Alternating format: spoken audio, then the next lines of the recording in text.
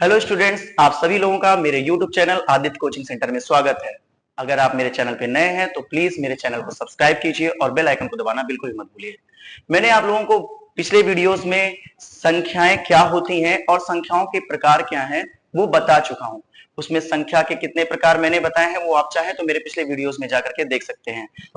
जैसे कि मैंने अपने पिछले वीडियोस में पढ़ाया है कि प्राकृतिक संख्या क्या होता है, यानी नेचुरल नंबर क्या है, पूर्ण संख्या क्या है, होल नंबर क्या है, सम संख्या, विषम संख्या, इवन नंबर, ऑड नंबर, या फिर भाज्य और अभाज्य संख्या, प्राइम नंबर, कंपोजिट नंबर, जैसे सारे नंबर्स के बारे में इंग्लिश में और हिंदी में दोनों ही मैंने एक्सप्लेन किया है। तो अगर आप लोग उसे पढ़ना चाहते हैं तो मेरे पिछले वीडियोस को देख सकते हैं।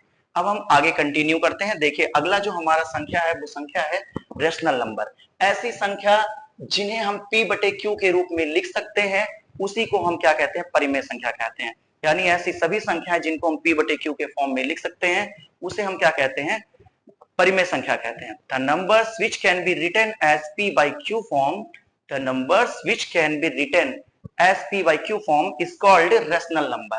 तो बशर्ते, शर्त क्या है, कंडीशन क्या है, कंडीशन ये है कि p और q जो है वो एक इंटीजर होना चाहिए, यानी कि एक पूर्णांक होना चाहिए। दूसरा कंडीशन ये है कि q is not equal to zero, q कभी भी जीरो के बराबर नहीं होना चाहिए, यानी बटे में जीरो नहीं आना चाहिए, नहीं तो वो परिमेय संख्या नहीं होता है। जैसे कि मैं आपको समझाता हूं। देखिए, लिखा 3/4। अब 3/4 में देख सकते हैं आप कि 3 भी एक पूर्णांक है और 4 भी एक पूर्णांक है। तो 3/4 जो है वो एक रेशनल नंबर है, यानी परिमेय संख्या है।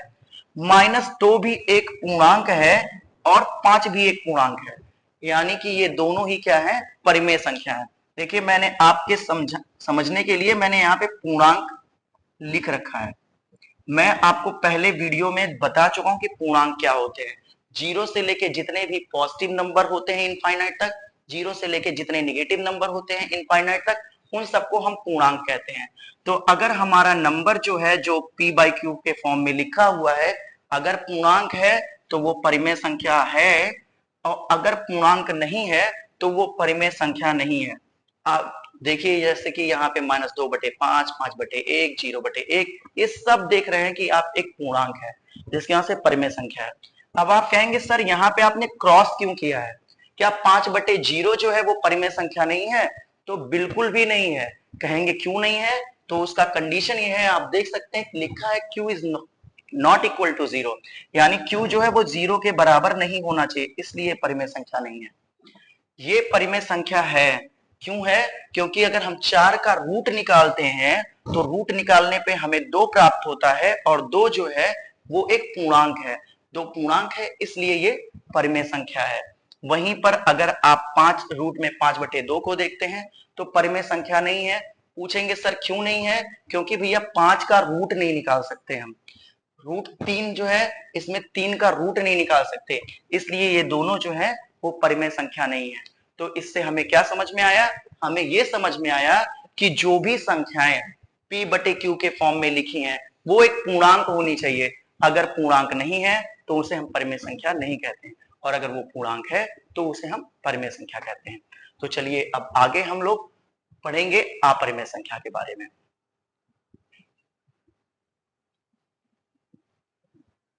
तो अगला है अपरिमेय संख्या। अपरिमेय संख्या का मतलब होता है इर्रेशनल नंबर। इर्रेशनल नंबर किसे कहते हैं? ऐसी संख्या जिन्हें p बटे q के रूप में नहीं लिखा जा सकता है। ऐसी संख्या जिन्हें p बटे q के रूप में नहीं लिखा जा सकता है उसे अपरिमेय संख्या कहते हैं। The numbers which can not be written as p by q form, the numbers which cannot be written as p by q form is called irrational number। उसको हम लोग क्या बोलते हैं? अपरिमेय संख्या कहते हैं। जैसे अब यहां पे आप देखेंगे √3/1, कहेंगे सर ये क्या p बटे q के फॉर्म में लिखा है? p बटे q के फॉर्म में तो लिखा है, लेकिन आप देख रहे हैं केवल एक जो है वो पूर्णांक है, पर √3 पूर्णांक नहीं है, क्योंकि 3 का रूट नहीं हो सकता, 5 का रूट नहीं हो सकता, 7 का रूट नहीं हो सकता। इन सब में आप देखेंगे तो एक पूर्णांक है तो दूसरा पूर्णांक नहीं है, इस वजह से ये अपरिमेय संख्या है। अब इस तरह आप यहां पे देखें, क्या हमने एक यहां पर एक अपरिमेय संख्या है, इसके साथ एक पूर्णांक मैंने जोड़ दिया, तो क्या ये परिमेय हो जाएगा? जी बिल्कुल भी नहीं। अगर इसमें से कोई भी एक पूर्णांक नहीं है तो वो परिमेय संख्या नहीं होगा, बल्कि वो क्या होगा, अपरिमेय संख्या होगा। तो अपरिमेय संख्या कहते किसे हैं, जो इसे p बटे क्यू के फॉर्म में ना लिखा जा सके, यानी जिसमें से एक पूर्णांक तो हो पर दूसरा जो नंबर है वो पूर्णांक ना हो, ऐसी संख्याओं को हम अपरिमेय संख्या कहते हैं। अब अगला है वास्तविक संख्याएं। लास्ट, हमारा अगला लास्ट जो है वो क्या है, वास्तविक संख्याएं यानी रियल नंबर्स। रियल नंबर्स किसे कहते हैं, सभी परिमेय और अपरिमेय संख्याओं को ही हम रियल नंबर्स यानी वास्तविक संख्याएं कहते हैं। यानी ऑल रेशनल और irrational number is called real numbers. All rational और irrational number is called real numbers, यानी जितने भी परिमेय और अपरिमेय संख्या उन सभी को हम लोग क्या कहते हैं, वास्तविक संख्याएं कहते हैं। जैसे 3/4 आप देख रहे हैं परिमेय संख्या है क्योंकि दोनों पूर्णांक है। 5/7 परिमेय संख्या है क्योंकि दोनों एक पूर्णांक है।